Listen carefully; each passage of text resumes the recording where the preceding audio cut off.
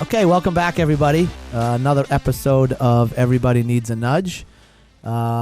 We have a guest in-house today, Mike Najarian. We will get to him. Same last name, so I'm sure they can assume that there is some sort of relationship here. Yes, there's two nudges here. So well, there's one real nudge, and then there's Mike. Does everybody need two nudges? No. Well, you need a bunch of nudges in your life, and then you got and Root Beer's here. Say hello, Root Beer. Hi. Hi. This is her second day with a mic, so. Right. Does she ever get FaceTime on the camera or not? Not yet. No. Cross that bridge. Yeah. Like yeah. Robin from Howard Stern. So she's behind the scenes. Just got back from Nantucket. Had a good time down there. I was was supposed to stay at one particular location. I was down there looking at a job that we're doing, and I was supposed to stay on site, and the property was completely under construction, and I ended up having to stay in 3 different hotels for 3 nights. Ooh. Yeah. Yep. Nantucket Hotel for 2 nights, and then a place called the Salt House, which is a new hotel right on North Beach Street, right by town. So that was a really nice spot. But the second night we were there, we were sitting at the bar, and an individual came up and started talking to my friend's wife. It was my friend Craig, his wife Amy, my wife Marlene, and then the 2 guys were sitting on the other side, and it turned out to be Mr. Rogers' son. Oh wow. Yeah. That's yeah. Really cool. So it was Mr. Rogers' son. He took his license out to prove it to us, and he's been on island for 62 years. He said. Really? Yeah. Interesting man. Did you ask what he thought about? He bought us a drink. What movie? The Mr. Rogers movie. There was a movie made about the father. Yeah. No, I didn't ask him. He was more interested in the wives than he was us. Okay. Yeah. So we met him. He bought us a drink. And then, conveniently enough, he spilled his drink towards the end of his drink and then bought us another drink. Oh. Yeah, nice. which I thought was a great move, right? Yeah, you wanted to hang around a little longer. You fake spill your Prosecco all over the bar and I thought you buy another round. I thought you were going to say spilled it on the wives. That would have been even more impressive. but so fast forward, so that happens. That same night, the Veranda House on Island burnt down. So they shut down a bunch of streets. Yeah, bed and breakfast burnt down out in Nantucket when we were out there. But so that happens. Then I got home last night, and I'm watching some Netflix television. Little plug for Netflix in case they want to sponsor the show. They've been asking. Yeah, Netflix. We love you, Netflix. And I stumbled across a show called, I think it was called Would You Be My Neighbor? And it was the Mr. Rogers story. It's good. So I watched the Mr. Rogers story last night for about an hour and a half. I watched the whole thing. And what I thought was interesting was at the end, and I didn't know this. Was this Tom Hanks in it? No, this was like, this was a documentary. Okay. A documentary about the show and how it came about and how Mr. Rogers was such a wonderful guy and really loved the kids and had a wonderful message and sort of tackled some of the tough questions in society through his puppeteering. And it was a really great show. The guy that we met at the bar was on the show. He was? He had a small piece, yeah. I felt like he was kind of... How many sons does he have? He's got 2. 2 that I saw on television last night. Yeah. One that I saw in Nantucket at the bar. Okay. And did he have a shorter segment than the other son? Or significantly shorter. Yeah. Yeah, it was like, hey, here's my son, here's my other son, and then let's go back to this son. Yeah. I never really heard of Mr. Rogers on Nantucket. So they've owned the property out there for 62 years, according to, and I think his name was John Rogers. And they actually had some clips of them on the beach in Nantucket, they're way out in Matticat, way out towards the end, and they have this wonderful spot, little shack on the water, and water on both sides, and beaches everywhere. And he invited us there. He did. Yeah. He invited more you the wives. Yeah. More the wives. Exactly. More the wives. Exactly. Yeah. Is he married? It's down a dirt road. He said. Yeah. Yeah. It was a little. Yeah. We didn't go at all. He'll drive the wives. Yeah, we'll come back and get us. I can get you. Yeah, he'll get us later like the next day. I saw a movie like this on Netflix, actually. So, but what I thought was very interesting about the whole Mr. Rogers story was he did the show, you know, with the song and the whole thing and your puppets, and then he moved away from that and he tried to do an adult show, and it wasn't great. And what actually made him come back to doing the show was he had started hearing stories of kids jumping out windows because they thought they were Superman. Like they were watching the Superman shows and they put a cape on and they thought they could fly like Superman, and kids were like jumping out the window. So he came back to do almost like a public service announcement about to not jump out windows, and that started the show up again. They did a whole bunch of episodes, but eventually there was like a whole movement against Mr. Rogers. For what? For making children soft, essentially, is what he was blamed for. That he kept telling all these kids in his show, "You're special. You don't have to do anything. Everybody's special." Right. And he got blamed for like creating this whole entitled generation of kids that were like, "Well, I don't, Mr. Rogers said I was special, so I don't have to do anything to differentiate myself, and I should just get that award." Or it's like everyone gets a trophy. It's like and they were blaming Mr. Rogers for that. Mr. Rogers started that. I'm not buying that. Are you buying that? No, I don't think so. No, I don't think so. There was something that he testified too, didn't yeah. he? Yeah. So they were going to shut down. It's a great show. It's a great story, but they were going to shut down funding for public television, and he was the last one to testify, and it wasn't going well. And he came in and he blew the socks off the Congress or whoever it was, and the lead congressman who was running the committee was like, "You got your $20 million."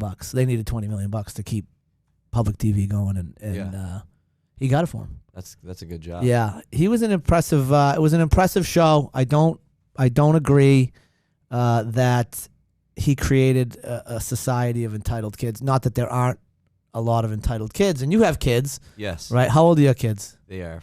One just turned. You 7. need to know that like right away. Like boom. Like you got boom, boom, boom. You just rip them off. I was gonna say 5 no, and 7. What are their ages? 4 and 7. 4 and 7. 4. Today, right now. How old is he? 4. Okay. It'll be in 10 days. He lets us know every day the day that he will be.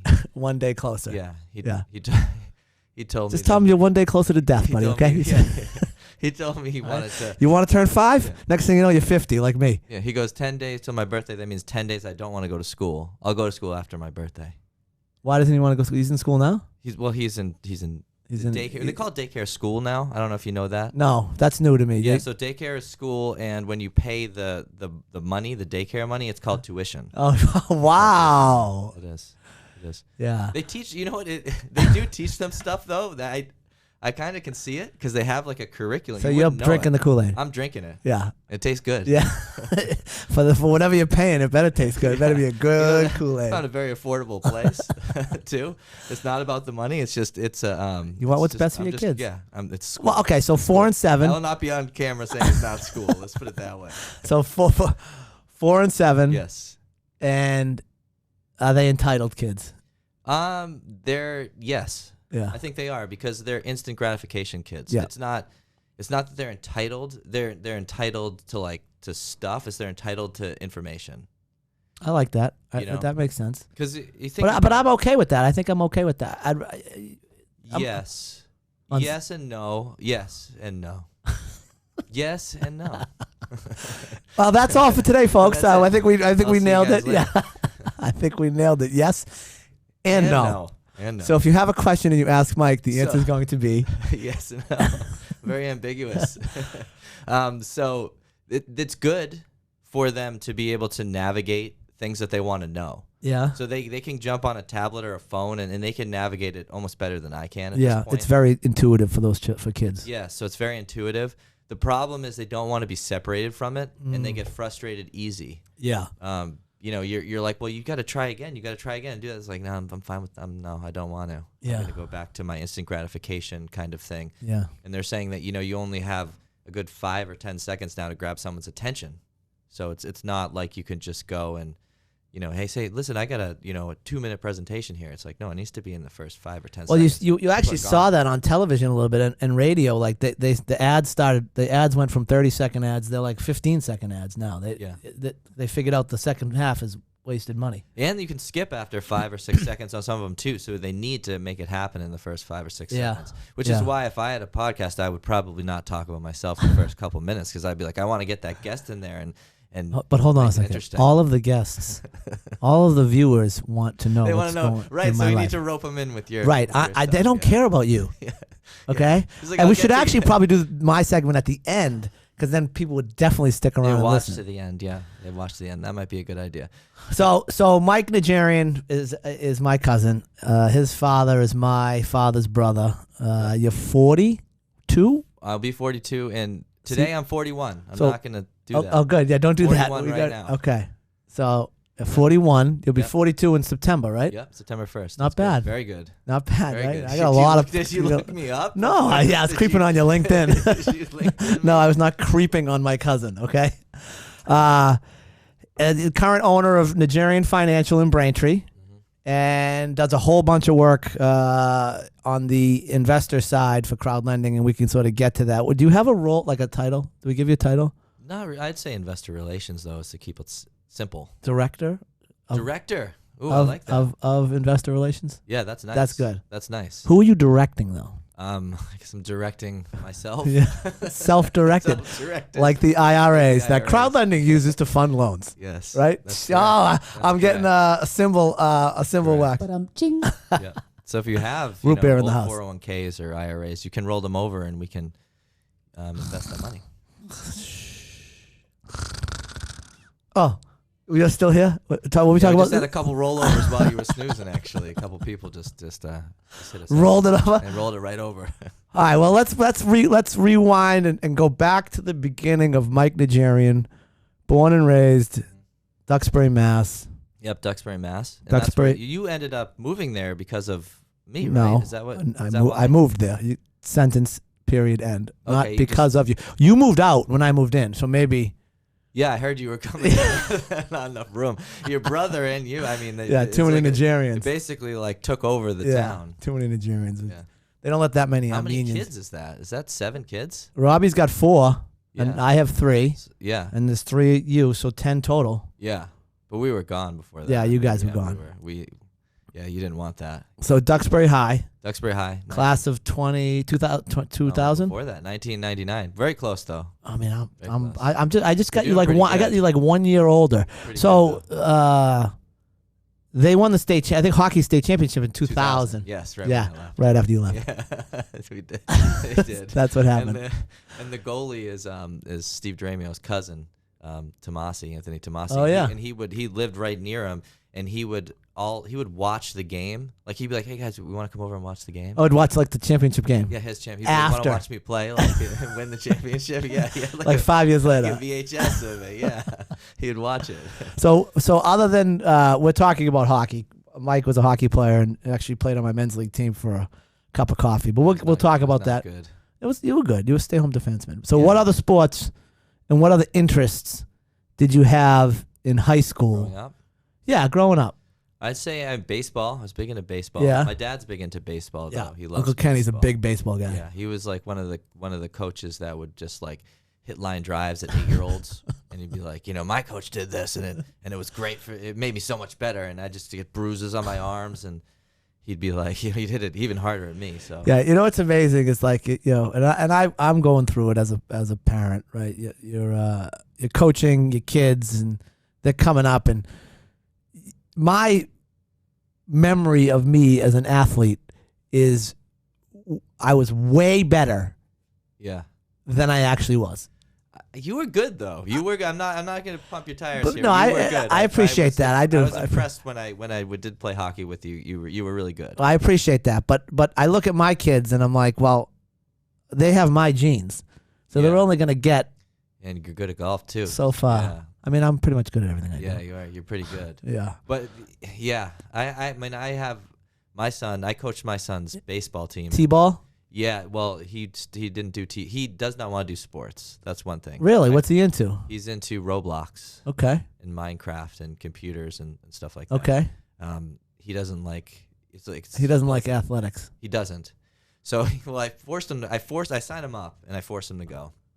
And then that's fathering 101. Yes. Force your children to do things they don't want to do. Yeah, because Look at he has We to all be- did it. You got to get out. You got to meet some people. You You got to gotta get get some outside. fresh air. You can't be Yeah, married to an Xbox. Like my son Hank likes his Xbox, he but likes his Xbox. likes the Xbox. Yeah, Yeah. big Xbox guy. Yeah, it's addicting. It Yeah. really is.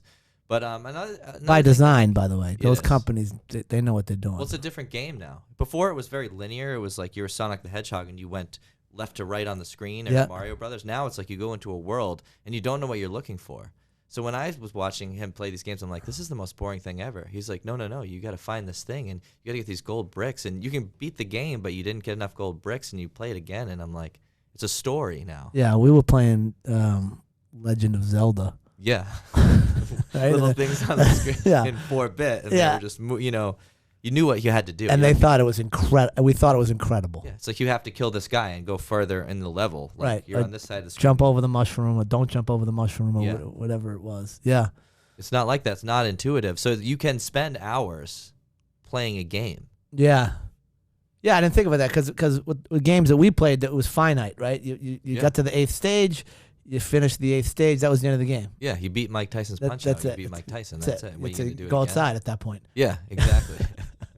And But- there was one TV. There was one TV, or there were a couple TVs. Yeah. That you shared with your siblings. You didn't have them in your room as much. Yeah. Now it's like the TVs. We got one right here. TVs are a dime a dozen. We got to have 7 TVs in this office. Yeah. But that's true because Hank's got a TV in his basement, and no one's down there. He can play as long as he wants. Whenever he wants. Whenever he wants. No one tells him to get off. No one tells him, I want to play a different game. I No, wanna watch because I'm this too show." busy staring at my phone upstairs. Yeah, and you can get whatever you want on something like Netflix. Yeah. Like, I want to watch my show. Yeah.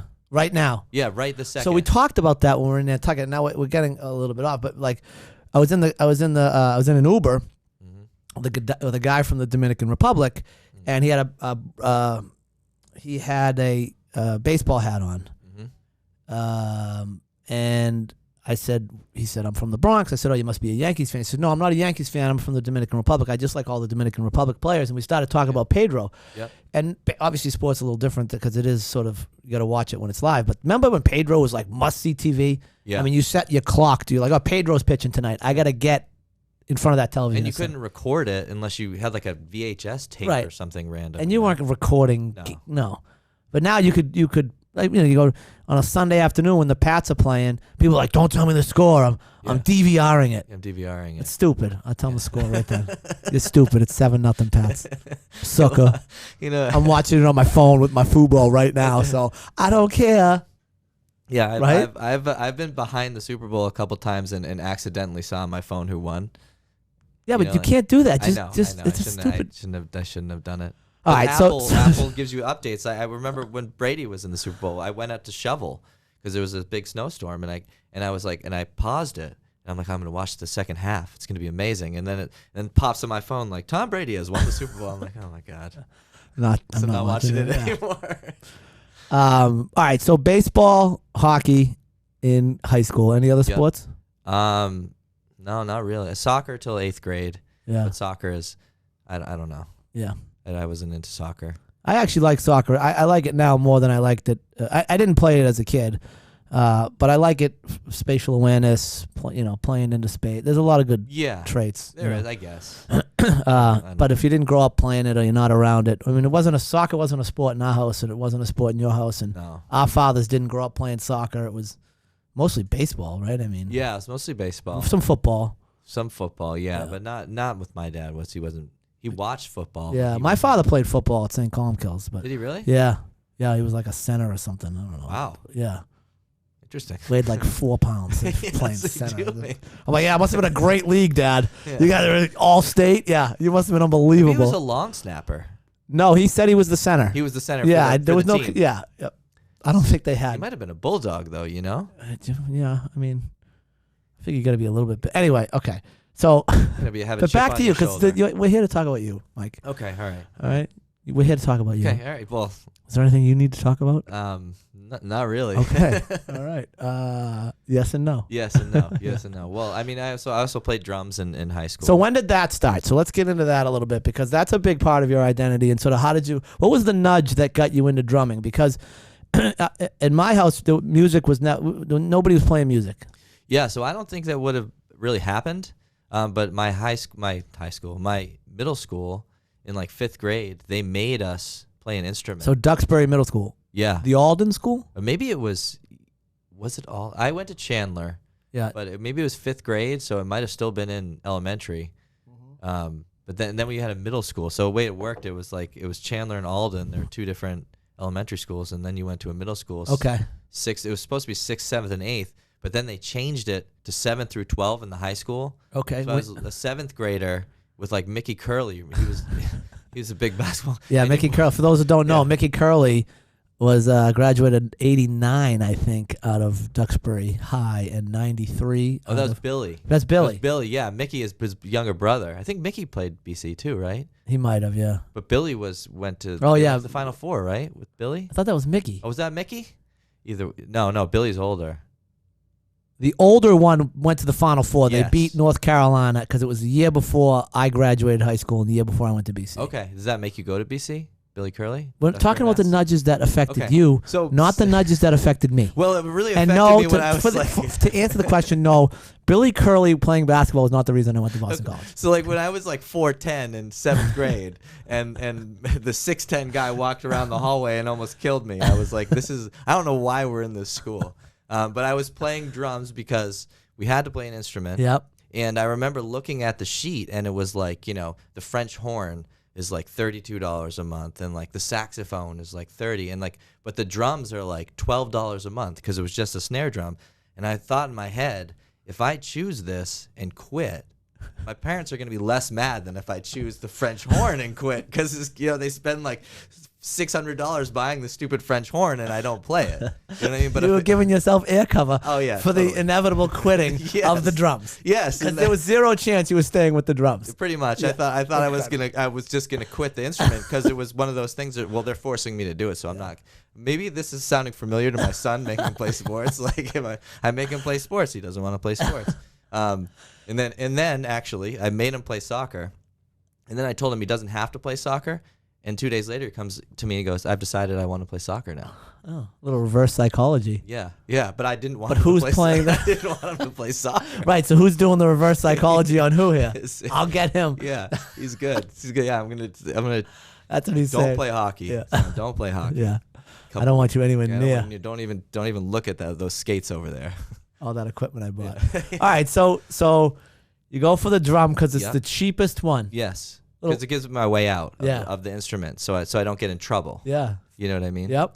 And what happened was my mom had wanted to play drums. Apparently, didn't know this. When I go, I'm going to play drums, and my mom goes, "That's great. I'm going to let you play drums," because her parents did not let her play drums. And she wanted to. And she wanted to because it's Interesting. loud and annoying. Yeah. You would and you sucked at it back then. Of course, yeah. I mean, I remember coming over the house and you were banging on those things. I'm upstairs at Thanksgiving trying to watch the Dallas Cowboys play, and Yeah.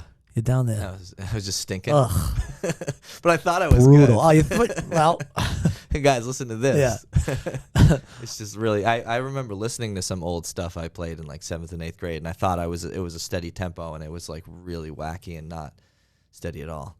But, So you got the snare drum. Mhm. You bang on that for a little while. I do. And my dad says, "No, I don't want you to play the drums." Like, that he's like, that's not great. Would you want to do another one? And my mom's like, "Well, we can play the drums." And I'm like, "Yeah, I can play the drums." And he's like, "All right, fine." He didn't, it wasn't like a long, like, Yeah. but he was like, "Maybe you should consider another instrument." Yeah.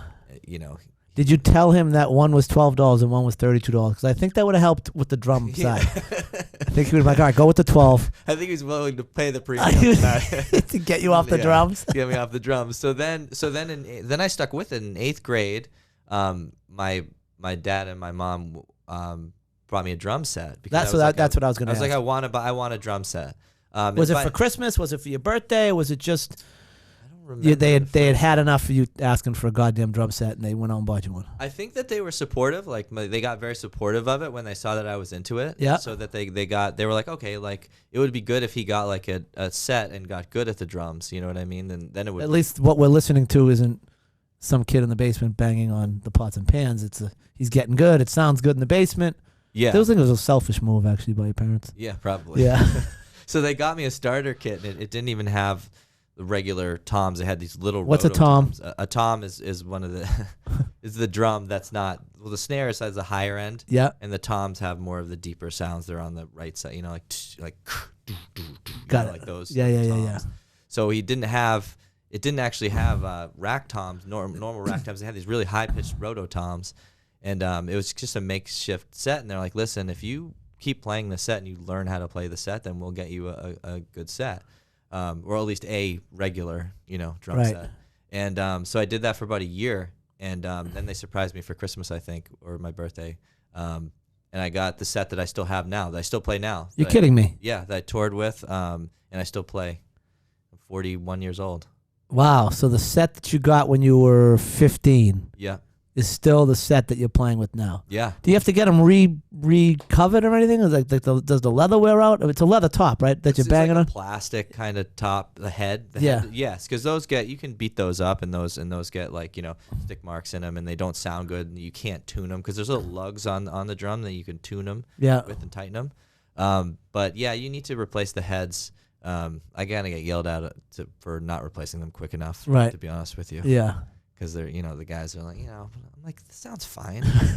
So fast forward a little bit. We're gonna go back because I want to know how you ended up going to college and getting into. But a lot of talk about the drums, and for those that don't know, Mike is a very accomplished, very accomplished drummer. Like that. Two varies. Yeah, that's big for me because I don't like to give compliments to anybody. So when I give a very, that's like the listeners out there right now, like getting into car crashes, going off the road as they're listening to. Oh my God, he just gave a very. Yeah, because this is on Spotify, right? Yeah, and iTunes and Apple Music? YouTube, Apple Music. Wow. Yep. Wow, this is big. Huge. Yep. Huge. I mean, doesn't get any bigger. Yep. So very accomplished musician who toured with a band called State Radio. We're going to get into that. And is currently playing with a band called The Waves, and which is out of Duxbury, and has been for 5 years now. Yeah. 4 or 5 years. You sure you didn't look me up? I care about my family members, Michael. Okay, I'm a very caring, That's good. loving cousin. That's classic. As you know. That's classic. All right, so now you're Smells playing. like a rose. You're playing the drum. Like Did they have? Were you like in the percussion section of the band at school? I was.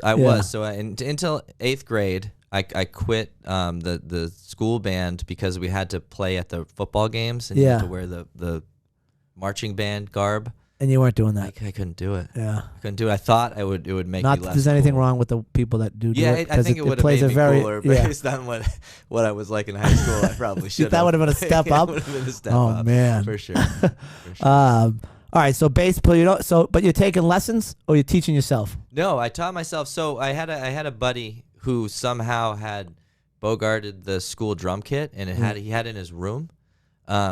I don't know how he did it. He just was like, he's just like, yeah, this is a school drum kit. I went over his house and it's like, here's school drum sets in my room. I'm like, how is it in your room? He's like, well, I just said I couldn't afford a drum set and they let me borrow it and I haven't given it back.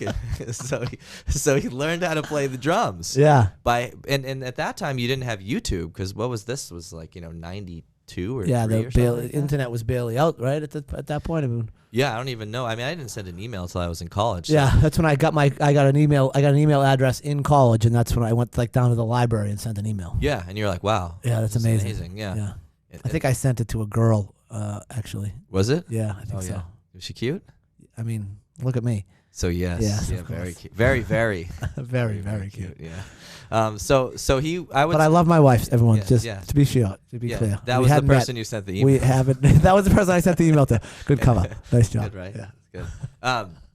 So you're still married. Yeah. Still married. How many years? 17 years. Oh my gosh. Yeah. That's pretty good. Yeah. That's pretty good. Not bad. Yeah, not bad at all. But he basically, I would invite him over. So what I did was he knew how to play the drum set. Yeah. So I invite him over to my house, and I was like, you can play on my drum. When I got the drum set, I said you can play on my drum set, and we used to record things on like a tape player. Yeah. But it was one of those things where I would just couple watch of him. drum geeks in the basement just drumming away. Yeah, but the thing was like I'd watch recording him play. each other. Yeah, but I'd watch him play. That was the So he was better than you. ruse. Oh yeah, way better because he stole the school drum set and he'd been playing on it. And I didn't know how to do it. But I'd watch him and he like lifted his foot up and he hit the hi-hat and then he would put his foot down and that would make the hi-hat choke. And I was like, oh my God, that's how you make that sound. Because you hear it while you're listening to records, but there was no YouTube on how to play it, on how to play it. Yeah. So you'd either have to go buy like a instructional video or go take lessons at Music Unlimited or something like that, you know? Yeah. But I would just watch him play, and I'd be like, oh, that's how you do it. And then he'd hit the bell on the ride. Oh, there's a bell on the ride cymbal. That's how he does that. Oh, this is how you crash ride. And I would just watch him. All these drumming terms that mean nothing to me. Yeah. How about you, Rupa? Do you have any idea what he's talking about? No idea. Yeah, well, I mean, you should have a kit in here. I could demonstrate. But yeah, that's what he stolen kit from Duxbury. I'm gonna get a phone call because I'm technically an employee of the school. Yeah, are you? So I feel like I have to report this. This was the '93. Yeah. And you know what was weird? I went to jam with him and his band in high school, and I had my rototoms, and I left it over one of the guys' houses that we jammed at, and I never got my rototoms back. And I kept asking, hey, where are my rototoms? And they're like, yeah, I think this guy has it. And then every other guy said a different guy had it. And then I realized, I'm not getting these. I'm not getting them back. So do you play in a band in high school then? Are you in a band or are you just learning? I did. So I played in a band and we played mostly Nirvana stuff. Okay. But I remember we played at like the 8th grade dance. Oh, nice. And it was my parents snuck into the dance. So we played and like I went to like go to the bathroom after, and I see my mom and dad like walking on. What are you guys doing here? We're like, oh my! It was like the first time I'd caught them doing something really really wrong. They look on their face was like, and they're like, we snuck in to see you play, and I'm like, and at the time like it was just so confusing. I was like, I couldn't even get mad at them because they felt so bad. Well, they're supporting you too. That's nice. They wanted to see all their hard work, $12 a month for a long time. Yeah. And they're like, you were awesome. That was great. And that was like the first time that I really like had performed. Yeah. And it was. Did you have stage fright or anything like that? Yeah. Yeah. Definitely. Like you didn't have it like later on, and when I would go see you, there was no stage fright. When you'd see me like in the Waves or the State no, Radio? Like before State Radio, House of Blues, like Harper's Ferry. Yeah, Harper's Ferry Music Hall. Yeah. I did a little, but you get used to it. You get used to it by then. Yeah. But you have a little bit of nerves before you go on. If it's like anything, you're competing or not competing, but you're performing, and so you're at Duxbury High, and now you got to go to college, and you end up at Boston College, my alma mater. Yep, that's why I went. Good. On to the next thing then. Yeah. Okay, so now you're at Boston College. Yeah. That's not why you went. My dad went to Boston. It was pumped in. The family was really pumped. So same thing really for me. Pumping it. They're really pumping it. And you know what? I went to different schools and I liked it. Yeah. No, I loved my time at BC. I did too. But it wasn't. I don't want to say I didn't have a choice. Yeah. Let's just say that the choices, my choices were narrow. My options were narrowed. Yes. To the point where there was no other option. Right. It felt like that. Yeah. And then the other schools. And I don't regret that. I'm not bemoaning it. Because I had an unbelievable time at Boston College. I have a lot of good buddies from there. Some of my best friends to this day are from Boston College. Definitely. I got a text group with guys, so I enjoyed. The football games were awesome, and going down to the city were awesome. But was that part of Was that part of the nudges that sort of led you in that direction? I mean, by the time you went there, my father had gone there. Your father had gone there. My brother went there. Two of my sisters went there. I went there. I had a cousin on the other side that went there. So it was kind of like. Yeah, and I was the first of my father. So it was like, are you going to like step up and do the deed, or are you just going to go somewhere else? Like a sellout. Like a sellout, yeah. and Don't ever go against the family. Yeah, pretty much. Right? Pretty much. I mean, it had been like you would have been like since you would have been like Fredo. Like I think the first words to me were like Boston College. It was like you go to Boston College. Go to Boston College. Like I vaguely remember being born and eagle pulling me out, flying away into the sunset. Yeah. Yeah, it's a good place though. I Yeah. like when I went there, when I toured the other schools, I think I also didn't want to go far away at that point. Yeah. I was like, I don't want to go somewhere else. Well, so one of the bigger things that played into what my decision was. I knew I could play golf there, Division I athlete. Yeah. And I was a member at Oakley Country Club, which was in Watertown. So that my life at that time was very golf oriented and golf focused, and I knew that going to BC would allow me to continue to pursue that passion. So that also played into it. Yeah. Because I had some opportunities to go to other schools, but it didn't feel as right as Boston College did at the end of the day. For whatever reason, whether it was the familial ties, the golf, whatever it was, the location, having our grandparents living, a stone's throw from there. If you ever needed anything, and you wanted to go see them, or you wanted to get a good meal, you wanted to get your laundry done, you wanted to have some vanilla ice cream, you could go over there and do like all the $12 drums. Yeah. Yeah. You have a little bit of leeway if you choose that. It was like, if something was kind of close to Boston College, you would definitely choosing Boston College. That's right. It had to be like a lot better. Yeah. Or it's like, well, why you probably would have had to write a paper on it. Like, why are you not going to go to BC? Right. So that was so there's the nudge that gets you to BC. Now you go to BC and you decide to study. Well, you were in the School of Business. You were in the Carroll School of what is it called? Carroll School of Management. Yeah. Correct. Yeah. So That's that's finance and accounting. Yeah. Again, my dad's an accountant, so it was a little push. But I did finance, which was like totally out of the box, right? Yeah. Which you really, ooh, baby. Yeah. Not just accounting. Yeah, not just I had finance too. All right. You want to discounted cash flow model. Woo! Check it out. Put those with my tom-toms and see what happens. That was a I'll light this place on fire. That's right. I was a philosophy minor too. Oh, geez, look at you. One of my professors, when I was a freshman, said to me, he's like, "Listen, it seems like you're really." All you can hear this. is root beer laughing in the background. Yeah, she doesn't think I'm very incredible audience. Never should have gave me the mic. Incredible audience to have. Do you think that I'm not a very philosophical person? Is that what it is? No, I think she's laughing at like 4 jokes ago. Oh, okay. Yeah, she's not even up to speed. She doesn't care about. No, she's laughing at you. Yeah, she's laughing. Pretty much. She's laughing at you. That's good. That's right. That's right. She's laughing at me, laughing at you. Yes, that's what's happening. This is the whole. Yeah, we're not laughing with you. We're laughing at you. Yes.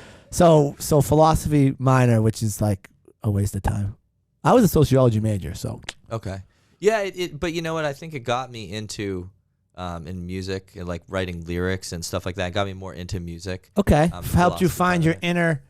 inner songwriter. Yes. Is what you're saying. And you know what? It probably got me into day trading too, because the philosophy behind investing is when I was on the road with the band. That's really where I really got into finance. Mm-hmm. And I was on the road, and we'd play shows at night, and there was nothing going on during the day. And when we ended up getting a bus, we had internet on the bus. So I was like, I got to do something during the day. And I started randomly, the stock market's going on during the day. So I was watching it move, and then I started reading on it and going the philosophy of the market and technical indicators and how, investors feel if certain things happen and why it moves a certain way. And then I started trying to day trade during the day based on different theories. And then when my dad caught wind of that, he's like, well, maybe you should, start a investment advisory practice off of the accounting firm, because it seems like you like that a lot. Right, more but there's so much more that happened between. We're not even there yet. We got to back up. Sorry, but that was the philosophy really pushing me. So that's the little nudge that got you to day trading. Yeah, which wasn't really the finance and accounting, because the finance and accounting in college, I didn't love it. Yeah, it was okay, but it was like it's boring. It's pretty boring. Yeah, it's pretty boring. Milk toast. Yeah, numbers. Definitely. Move them over in the spreadsheet. Yeah. Bottom line, top end. Yeah. All that nonsense that you guys talk about. Right. So that was, but when I went to philosophy class, I was like, oh, this is fun. Yeah. To talk about this. There's no wrong answer in philosophy. No, that's the great part about it. Yeah. I had a professor too. He goes, beginning of the semester, he's like, there's gonna be an 8 to 12 page paper, 1 8 to 12 page paper. That's all you're gonna have the whole semester, and it can be on any topic you want. So I don't care if you come, I don't care if you whatever, but just write that paper. That's gonna be how great. That's it. Yeah. So I remember going in like the third class. It was about this guy Paul Ricoeur, and I was like, oh, I'm gonna write my paper on this. Is great. And I was like, this is awesome. Now I just get to sit and just like enjoy the class. Without the pressures, right? Without the pressures of taking notes and worrying about figuring out formulas and how to use a spreadsheet. Right. Exactly. Yeah, read a. But I will say this. I wish that I had got a degree post grad when I was in law school. They had Suffolk had a 4-year program. Could have gone for 4 years, and I would have got a business degree and a law degree. Yeah. And that's one of my regrets because now I'm not just practicing law. Right. I'm running this incredible company. Yeah. And I don't know how to read a balance sheet. Right. I mean, I can read it, but I don't really know what it says. Yeah. Right. So Right. I'm relying on other people to interpret information, and that's you can't operate like that. So I'm trying to now teach myself how to read a balance sheet. What do these numbers mean? And that's Why how are they you there? ultimately learn, though. It is, but I would have liked to have the baseline of. Well, you need both. Yeah. I think that's why I liked philosophy so much because I was getting what I needed. I felt like to make myself successful in the business degree. I was already getting that. If I was just doing philosophy, it might stress you out a little bit. Cause you're like, well, what am I going to do with this really? Right. Am I going to be a professor? Yeah. I mean, I kind of knew that I was going to go to law school early on. My brother had gone to law school, and so that was the path. So. Right. I never stressed about what I was going to do with my sociology degree because I figured I'm going to go to law school. Right. So the same as me with the accounting degree. It's Yeah. like, well, I know if this is a great for me, it's a great fallback because if I get this degree and I know what's going on, then I could take over a company, my dad's company, if I want to. So you graduate Boston College in 4 years. I did. Yeah. I did my master's in you got a master's in accounting. Yeah, I did. Because right after. Yes. I didn't see. I should have known that. I did a summer program, actually. We did it in the summer. What a letdown. Yeah. What kind of host am I? What kind of cousin am I? You didn't look me up? I did not. I was not creeping on you. So you got your master's, and then you go to PwC? I did. Yeah, but I went to PwC so during the summer, we did a semester during the summer. Then I worked 9 months at PwC. Then I went back for the summer. Yeah. We were the first year that it was required for 5 years to get your CPA. Okay. So I think Nick was at PwC. He was. So we got two former PwC Yep. people, but you didn't stay there very long, right? I mean, you were there 2 or 3 years. Yeah, about. Because I think it was about you were about 25. I feel like when you were playing men's league hockey for me. Yep. I was like 29 or 30. We had a really good team. We played out of Canton, and we were going into the playoffs. And we had a playoff game on like a Thursday or something. Yep. And you called me on Tuesday, and you were like, "I'm not gonna be at the game." Right. And I was like, "What? I mean, like men's league hockey is like, I'm gonna kill you. It's the playoffs, and this is This is my life. I loved, and I still love men's league hockey. I love everything about it. I just loved it, and we were great. We had a lot of team. Yep. We played together for a long time. We had a lot of really good players. We had a good team. We were super Sean was competitive. really good. Yep. I forget his name. Shame on me. Northeastern? He played at Northeastern. Yeah. He was good. And you told me that you couldn't be there on Thursday because you were going to travel with State Radio. Yeah. I mean, it was like a 2-day, right? It was like a 2-day Yeah. turnaround. Yeah. From the audition. They lost their drummer or something. What's that? What was the story? No. What happened was I played. I tried out, and I was working at General Catalyst, which is a big venture capital firm, and they're bigger now. Actually, Cam Neely came into the office one time. Do you want to talk about Cam Neely? I want to talk about it because I got stage fright in front of Cam Neely. Yeah. So speaking of stage fright, but this was in the bathroom, and I was.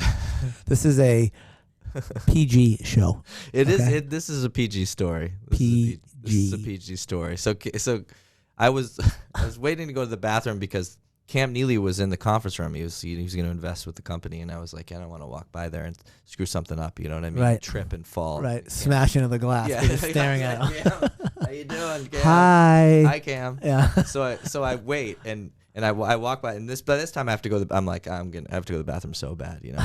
So I go in, and I hear someone coming behind me, and it's Cam Neely. Now you're both in the bathroom. Both in the bathroom. There's not enough room. No, it's not. There's 2 stalls next to each other. So I'm like, oh, okay, just don't say anything. Just try to pee, and then he gets there and he's just like, stream, like, right. He's flowing, filling that toilet up, 2 flushes. It's like a fire hose. Yeah. and I'm like, and I'm just so intimidated at this point. I'm like, I can't go.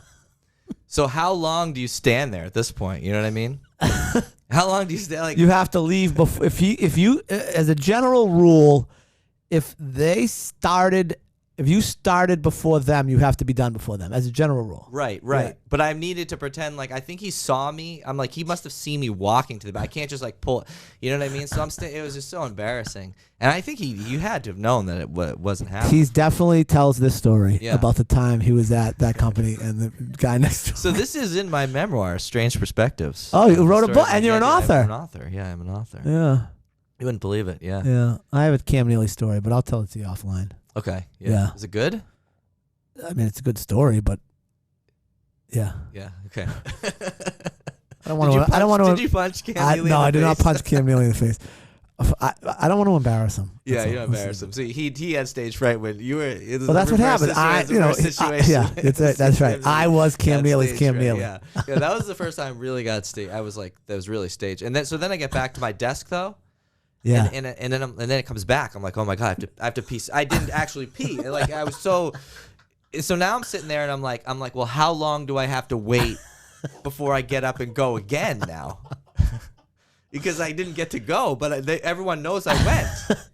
Because it was like, it was at the end. I was a staff accountant. I was put in the corner, so I had to walk by everyone. Where's he going again? Yeah, where's he going again? What's wrong with this kid? Went. What's he doing? What's he doing in there? It was like my chance to be like friends with Cam Neely, and You blew it. I blew it. Totally blew it. Totally blew Your life could have been completely Yeah, different. it probably would have. What a nudge that would have been. Yeah, I know. Oh, how'd you end up working for the Bruins in the front office? Well, I was peeing next to Cam Neely and we hit it off. Yeah. I told him I got a couple of Tom-Toms in the car. That's right. He's like, "What's a tom-tom?" Hey, Let me I'll show you, show Cam. you. Yeah, I can show you. Come on, Cam. Come on down. I'll show you come my on, Cam. How about Tom-Toms. this? Hey, you want some lessons? Here, come over to my house. Just come down to the basement. Put those shackles on. I got Mr. Rogers' son down here. Hey, I got some bread, some water. Don't worry about it. I'll be down every couple hours. With the lotion in the basket. That's right. So, all right.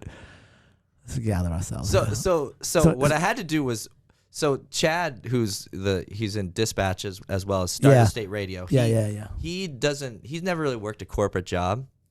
So, and he's kind of a kind of fly by the seat of his pants kind of guy in a lot of ways. So he decided to tell me that he wanted me to come on a tour that started, a week later. It was actually, he told me on a Wednesday night, and I had to leave, I think, on I think it was like Friday, dude. I think it was like 2 or 3 days. I think that we played on Thursday nights, so that would make sense. So it was like So I had to go in and give 2-day notice to my. Didn't you? Weren't you like, hey, can you hold this job for me? I said that. I asked for a leave of absence. That's what I asked for from General Catalyst. Hey, can you hold my job? Yeah, I said, I'm just gonna go on the road. I said, can I have a leave of absence? And the CFO, I mean, if you've seen someone mad, in the workplace, like this guy was like, he was ready to kill me. He was angry with you. He was very angry, and he was swearing and yelling. Come on. Yeah. He was angry because I could see why. Yeah. You make an investment in a guy. I've been there for like 5 months. Right. You know what I mean? Like, and I'd basically just been trained. Yeah. Ready to go. Ready to take the handcuffs off and I'm like, let you move numbers around that spreadsheet willy nilly. Yeah, I was about to write the notes for the financial statements. I was about to do some crazy stuff. Just move it from column B to column D without a care in the world. Yeah, and to be honest with you, like it wasn't a big company at the time. Yeah. Kayak.com was actually their big score. And now they have offices in like San Francisco, New York City. So did you blow it then? Yeah, pretty much. Yeah. So it was kind of stupid. Like no one's gonna give 2-day notice to this guy. You know what I mean? Right. And then like not even like I'll be back. So just leave my seat open. Yeah, just be back. I'll be back. If you need me to do it, send it to me. I will do it. I'll get it done. If you can get someone in here tomorrow, I'll train him for 2 days. It should work fine. It's a temp. They're just a temp. He's just like, are you serious? Like, are you like smoking crack? And then like I just knew. I'm like, okay, this is not going anywhere good. So I just say, oh, okay, listen, I quit. Okay, you don't have to. Yeah, and then right after that, it was like he's like, it was great working with you. You know what I mean? Like everyone seems to like you. You started the fantasy football league and like all this stuff, and I was like, this is the craziest meeting I've ever had. And then, but once they realized that they were done, it's over. It's over. You moved on. Yeah, that's amazing. So, but it's a big decision. Yeah, it was, and I was like, I was trying to get the decision to be made a little earlier, because I had like a life. You're saying you're trying to get the decision from state radio. State radio, yeah. But so fast forwarding a little bit, that was a little bit indicative of the way this guy does business, right? And the other thing he said about that first tour was, he said, listen, I want you to come on tour so you can give your 2-day notice. But if this tour doesn't work out, I reserve the right to fire you right away after a month. So I'm like, that's a tough decision now. It's like I have to leave kind of everything and be like, yeah, I quit my job. Don't go to the playoff game. Right. And huge. I was so mad at you. I was like mad at you for like 3 years. I was so mad. It was really. I really was. I was like, who leaves an Eve? He was talking about it last week. Yeah. Was he? He remember? Yeah. It was like it's one of those memories. Yeah. It just cousin left. Everyone was like, "Where's your cousin?" I was like, Cam Neely, some stupid band. Cam Neely was looking for me at the game. You're like, "Where's Mike?" I don't know. You said he'd be here. You said he'd be here if I played with Cam, get out of here. You're not even on this team. Yeah. So how long do you end up with state radio? About 7 years. 6 or 7 years. Yeah, 6 or 7 years. That long? Yeah, it was a while. So I mean, and you went everywhere. I mean, yeah. It was definitely the right decision. It was the time to do it. I was 25. Yeah, no wife, no kids. Yep. And the reason why I ended up, Chad, who's from Sherburne, and one of the guys I played with, we swapped shows with at BC. His older brother knew Chad from high school, and when Chad was looking to replace the drummer in state radio, or actually at the beginning too, he asked this guy, Rob Maloof. He said, "Rob, do you know any drummers?" And he goes, "I know. Yeah, the guy in my band's good, and this guy Mike, because we play all." So I ended up getting a tryout with Chad. Huh. Before the band started, I actually got a tryout, and he told me we were going to play like Rage Against the Machine. We were going to play Tool, like that kind of stuff. He was like, Dispatch had a bunch of 14-year-old girls coming to see the shows. I don't want, that to happen. I want it to be more aggro alternative rock. I'm like, well, you come to the right guy. I'm the guy for that. I'm the grunge head here. You know what I mean? Yeah. And he's like, great. So come over and try out.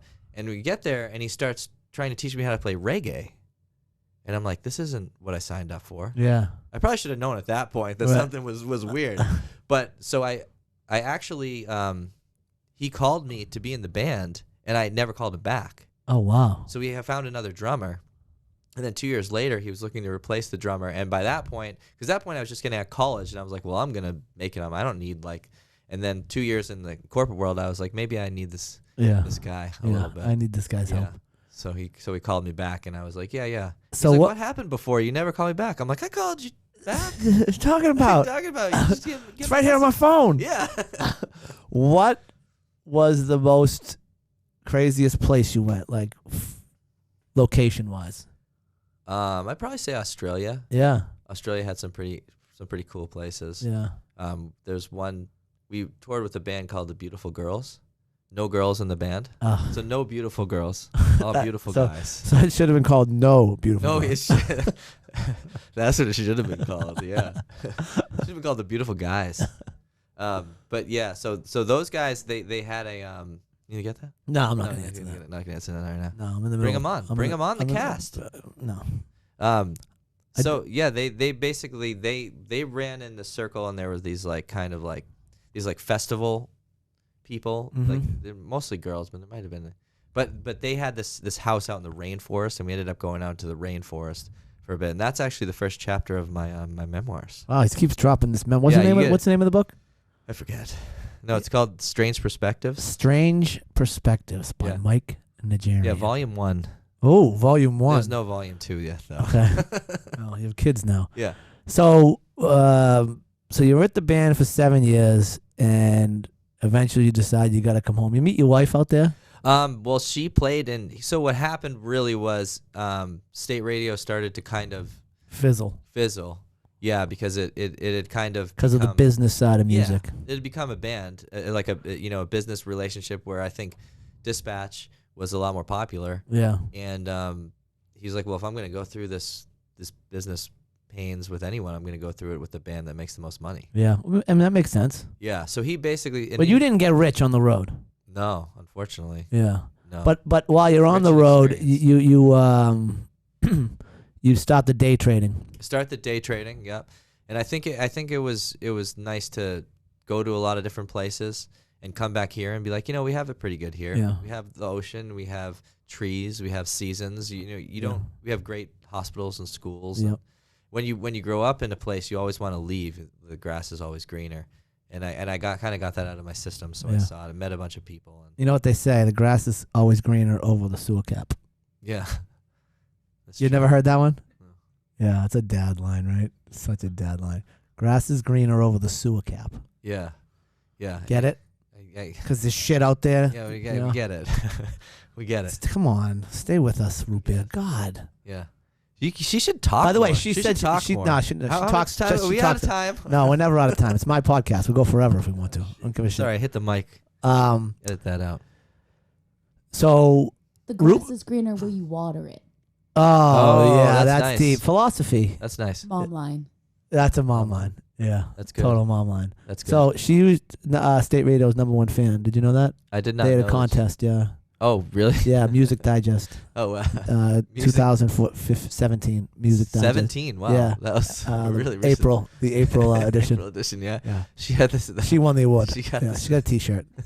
Yeah. Did you get an article written about you? No, it was like in the back, way back. Did she get a picture? No. No. Yeah. It's going to be interesting to see when she'll get on camera because people are kind of want to know what she looks Well, we gave her a voice, right? So what happened was, Root Beer had a big part in 2 podcasts ago, and my sister Doris, your Yeah. cousin, said that she needs a microphone. So That's true. we gave her a microphone, and then we're gonna give her her own camera angle, and Yep. then she'll figure it out from there. Yeah. So tell us about the #1 fan 2017 edition. Hold on, I'll start. It's Sorry, I shouldn't it's ask a made up. question. I'm not the host. It's fake. I'm not the host. Yeah, you don't Ask have questions. question asking. Stupid. Stupid. So you come home, the band breaks up. Yeah, I think what But you you see- had a song on a commercial, right? Yeah. Cayenne. hot dogs. yeah. I didn't see any of that money. That was royalty money. See, You didn't he get wrote any of the that. song. He wrote the song. Yeah, so So he gets the dough, he gets the dough. even though you're laying the tracks down in the I back. actually didn't even play drums on that track. You just No, crushed yeah. my whole story about how my cousin has a song that's on a commercial. Yeah, I played that song a million times live, but I didn't play on that first record. Oh That wow. was pieced together. That was the first drummer. I declined because I didn't want to play reggae. That came on the second record, which a lot of people didn't like as much because it was more rock. Because you were on it. So what happened? Yeah, it's true. It's true. No, it's because, not true. No, because the band started going more into a rock direction, and because They didn't like. Oh, and the fan base that they had based off the first album didn't like that move. and with Dispatch too. And then he started going solo, and that's where my wife was in the solo band because she was friends with Chad's little brother from college. Okay. And she's a great piano player and Really? harmonizer. Yeah, she's her family's very musical. Really. Her mother and grandmother were music teachers. Her grandfather was the Glee Club conductor for years. So At you Yale. have so your kids There's a have. statue at Yale. Come on. Yeah, For so, him? like conducting. You look like he's in Harry Potter. He is Harry Potter. He wrote Harry Potter too. No, He ghost wrote it. listen. So your kids have music in their blood then. Yeah. But they don't do it if we tell them to, right? You Yeah. know what I mean? So Well, they you don't can't do force anything. them Yeah, to can't do force them anything. to do anything, yeah. All right, so the band breaks up and you come home. What do you do? Essentially the nudge that gets you off the Yeah. road is sort of the business end of things getting in the way. Yeah, it does. I mean, there was a few times that I'd quit the band and come back, and then like eventually, like it was just like this is not going to work. Yeah. Because Dispatch started playing more, and he started playing more with the solo band, and it was like we weren't on retainer or anything like that. So if you weren't playing, you weren't getting We paid. weren't getting paid, and then they actually cut our pay towards the end. They're like, I was like, what's going on with this? We're playing less and we're making less per show. He's like, that's just where we're at with you guys. I'm like, that's kind of understand. I guess where we're at. And that's the end of that. Yeah, that's kind of where we're at, I Yeah, guess. Yeah. But the interesting thing is you see on the road is a lot of these guys, it is tough to have a family. Yeah. Family life is very difficult.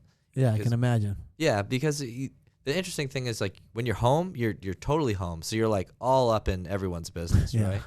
You have nothing to do. And when you're on the road, you're gone. Yeah. But what I found, even when I had a girlfriend, that when I was in the band, it was like they're always looking to the next time you're going to be gone.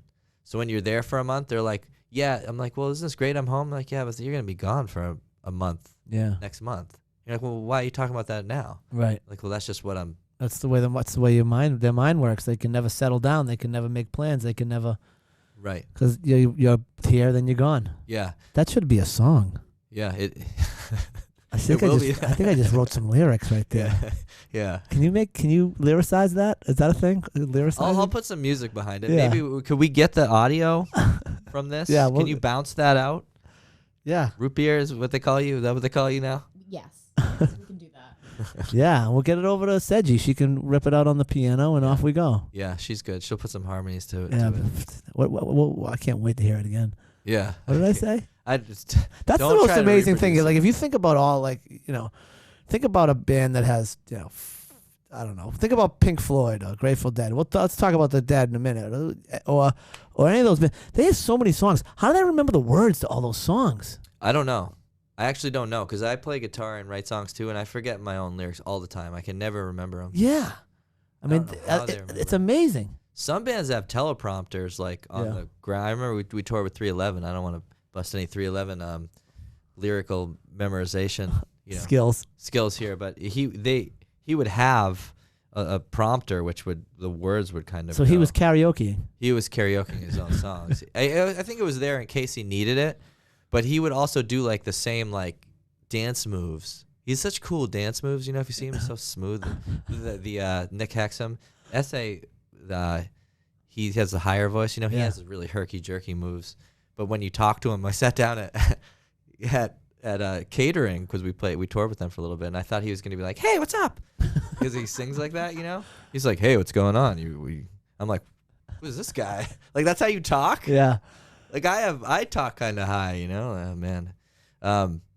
So that was interesting to see like the performance aspect. But I would need the lyrics. So as I'm sure you heard at the beginning of the podcast, I went to the Dead & Company. Yes. With Joe. Yeah, with cousin Joe. Cousin Joe. Yeah. Also your cousin. How was he? He was the mayor of whatever world. Did he know a lot of people? He there? knew yes. Really? Yeah, hugging people, high-fiving people. I mean, maybe he didn't know him. Yeah, but that's very possible. I mean, he it sure looked like he knew him. Yeah. Yeah. So he was there by himself. So he came over and spent the whole show with me.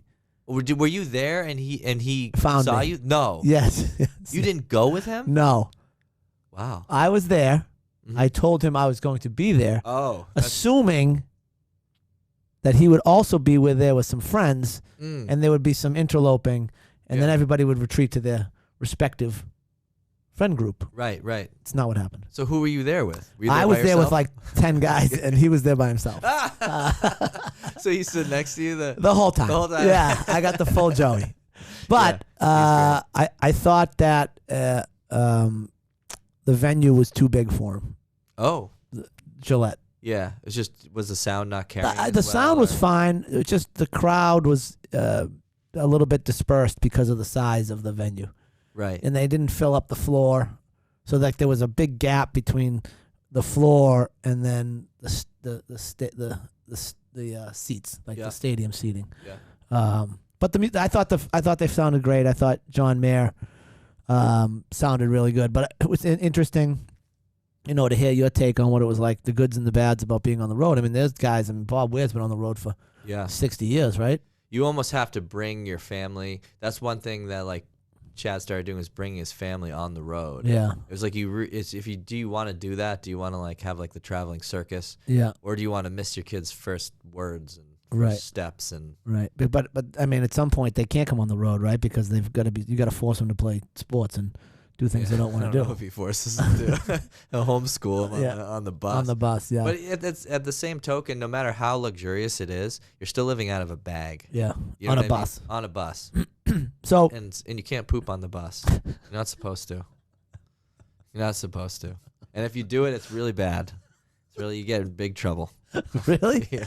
But they got to drain it. They got to. Well, that's the thing. And it smells and. Yeah. So I think what I talked about people is this: you poop on the bus, I guess, but it's the bus drivers just don't want to clean the tank. Yeah. You know what I mean? It's like, how are you going to get in there and clean it if like someone has, poop that's stuck on the side? Like, so you're not supposed to. Yeah. So then you get these hotel rooms, you get these day rooms to go in and shower, and you have a limited amount of water on the bus too. Yeah. So when we were traveling, the whole band was on the bus. It wasn't like I had my own bus, which I think that might be a little different. Maybe then they can do whatever they want on the bus. Yeah. But you were all on the ball, 5 of you. Well, however many? Four. How many were in the band?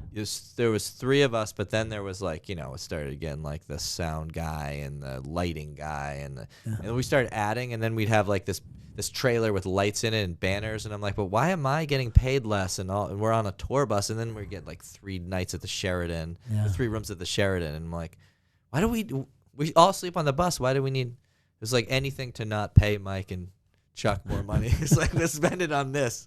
We're gonna spend it on more stuff. Yeah, let's just get some banners. It's bigger banners. So now you get out of you leave the band, and how do you end up where you are now? So you come back and what happens? Well, my dad's very convincing, right? So he's like, well, you're doing the day trading, you should build the advisory practice off of the accounting firm if you don't want to do the accounting, because I think the dream was for me to obviously take over the accounting, the accounting end. And you don't want to do that. I mean, I don't want no. That's fine. Accounting's it's boring. It is, but and it's like really concentrated, like around certain times too, like tax season or like there's certain deadlines, and it gets very, very concentrated and like stressful. Yeah. But it's a great feeder for everything. Right? Yeah. So I mean, I think I do a lot of accounting now. Yeah. So for those that don't know, as I said at the beginning, Mike currently owns Najarian Financial, which is a financial advising firm. Right. And it rides shotgun to his father's accounting firm that's been around for, I don't know how long it's been around, 20, 40 years? Yeah. It was in the 80s, right? Yeah. 82. So they ride shotgun side by side down in Braintree, and Mike has since taken on a role here at Crowd Lending to sort of to be investor relations, but also to go out and raise some capital via a couple different vehicles that we have. First, the Crowd Lending Fund, Crowd Lending Fund 1, which is sort of our mainstay bread and butter fund for accredited investors. And then as a spinoff to that, under Mike's advice, we started a crowd lending retirement fund, which allows people to use their self-directed IRAs to make some investments into crowd lending. So with all that being said, now I can get crowd lending to pay for all of this podcast equipment, because now this is all a business expense. So kudos to me, and pretty much just to me. Correct. Yeah. Just. But that's so. Mike wears a lot of hats. He handles our current investors. He cultivates and manages new investments. He handles all the IRA stuff, and he's got his onboarding but forget about what he does for crowd lending, because then he's got Najarian financial, and then he helps out at the accounting firm, his father's accounting firm. So you're wearing a lot of hats, and using, I would say, all of your degrees that you've earned, are sort of the little nudges that led you in the direction that they led you. You're now using all of them. You use the accounting, you use the finance, you use the philosophy for your songwriting and book writing, and your time with state radio. So I think you did a pretty good job using your degrees. Yeah, I think that it all builds. It all builds, and with the original reason I wanted to get into crowd lending was to get my clients into it. Yeah, because I think it's a great product. And when I started learning more about it, I got burnt by some of the non-traded REITs that I've been using with my old broker dealer, and they were just raising $1.5 billion, and we'll pay you 6 or 7%, and they kind of present it as a conservative investment. But then at the end of the day, they're looking for the equity portion to either list it or sell it out or IPO it, and they ended up getting hammered. A couple of them ended up getting hammered and taking 20, 30, 40% equity losses right on listing, and it was like, that's not at what it was advertised as. Yeah, well, and that just adds stress to your life, because now you're getting those phone calls because you're the one. It's a stressful job, financial advisor. You got people's money. Yeah. You're giving them advice, and if shit hits the fan, it's...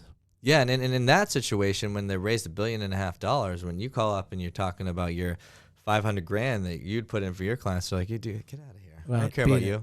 Yeah, Right. we don't. And a lot of those guys, they weren't, they didn't have skin in the game besides making commission off of selling the product. So Yeah. they're out with their 25 million and they're gone. Yeah, it's funny. You Yeah. never when what I've learned, and I was not a big investor. I don't play in the stock market.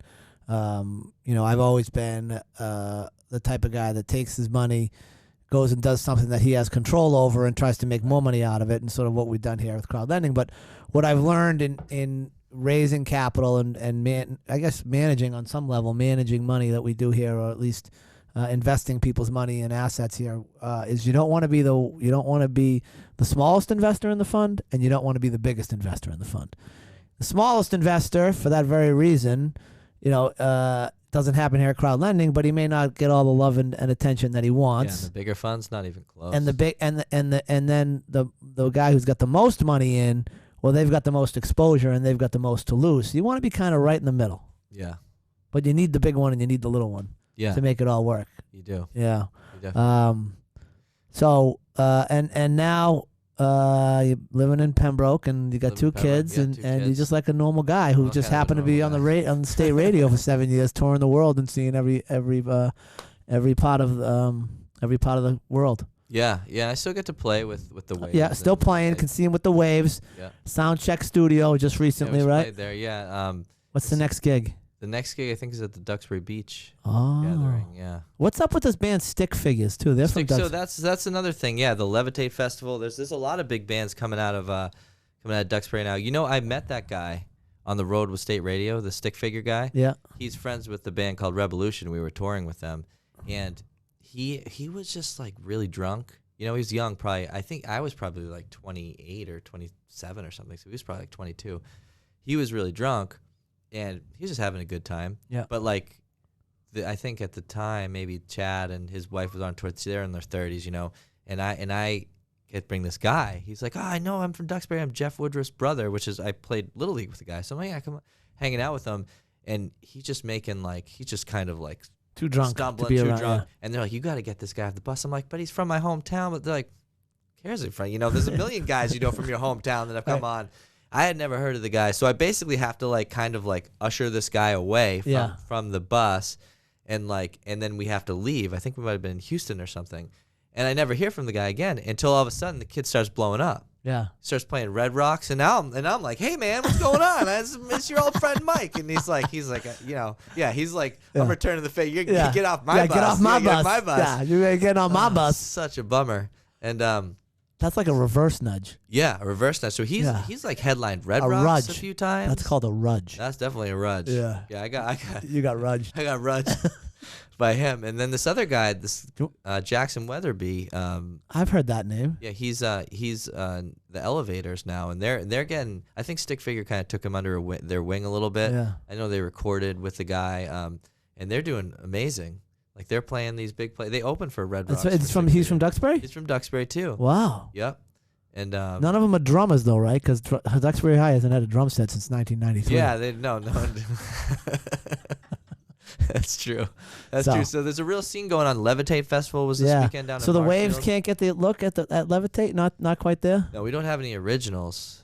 You got to have your own gear. You got to have your own stuff. So I think where those guys, there's 6 of us in the band, Mhm. and they really care about who's writing it or what the sound is. It seems to me, and where I'm like, guys, we just need the originals. You need some original stuff. I don't care who writes them. Right. I don't care what they sound like. Just If they stink, then they're gonna get flushed out live anyway. right. If we play the song 5 times and it gets a terrible reaction every time, then maybe we should stop playing it. You know what I mean? Yeah, well, so it's to bring it back to real estate, like the market sets itself, right? Like everyone's like, oh, what's that house worth, or what's that piece of property worth, or what are you going to list it for? And it's like, well, I'm gonna ballpark it, but the market's going to tell me what the house is worth. If I put it on for 300 and it sells it for 350, then it's worth 350. Yeah, that's what If it's worth. it sells for 250, then it's worth 250. Yeah. And what I think it's worth, or what my broker thinks it's worth, is irrelevant. Just like if you don't like the song, But every time you play it, it kills it, and people are falling out of their seats to get to the dance floor. Yeah. And you're sitting back there banging on the drums. You're like, this song's terrible. Yeah. It doesn't matter what you think. That's good now. Yes. It's working. It's good.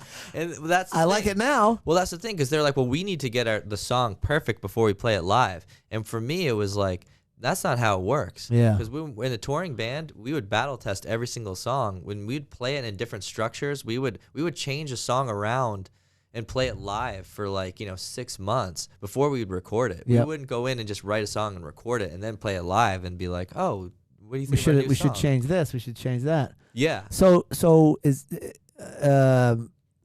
that because they don't have the experience that you have? I mean, they weren't out on tour with state radio. I mean, maybe I don't know. It's also because I feel like when you play in a cover band, you've kind of already surrendered to the fact that you might be playing a Britney Spears song or But that's okay. You got, and by the way, the band is great. Right. The band, band you're playing top 40 songs. Yeah, but the band is great. They draw a great crowd.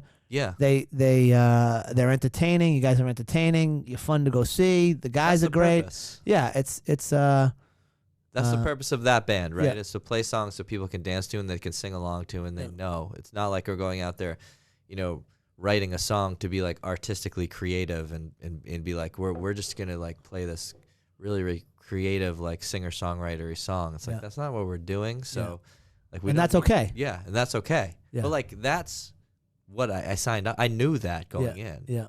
So if someone's arguing about, do we play this Bruno Mars songs versus this one? I'm like, well, which song is gonna make people dance more? Because you know what I mean? It's not what I like more. Yeah.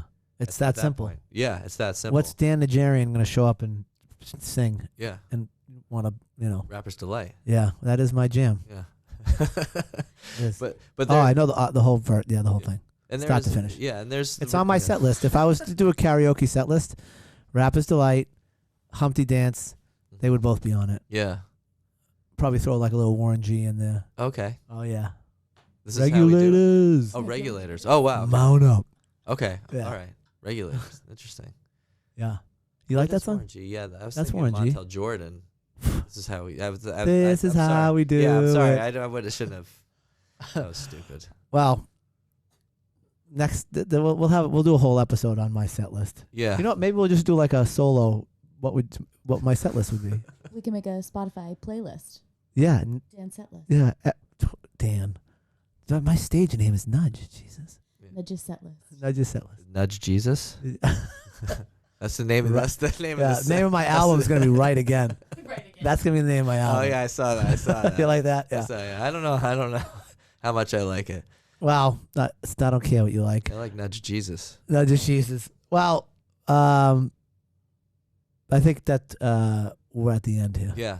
Okay. We could go forever, but Yeah, this might be episode 1 with Mike. We'll have another episode. you know what down you the could road. do too is if you wanted to do a solo episode, she could take more of an active role. Well, in that's it what we too, did the you know last what I mean? time. Yeah. Oh, okay. But we'll take that offline. So, Mike, thanks for coming.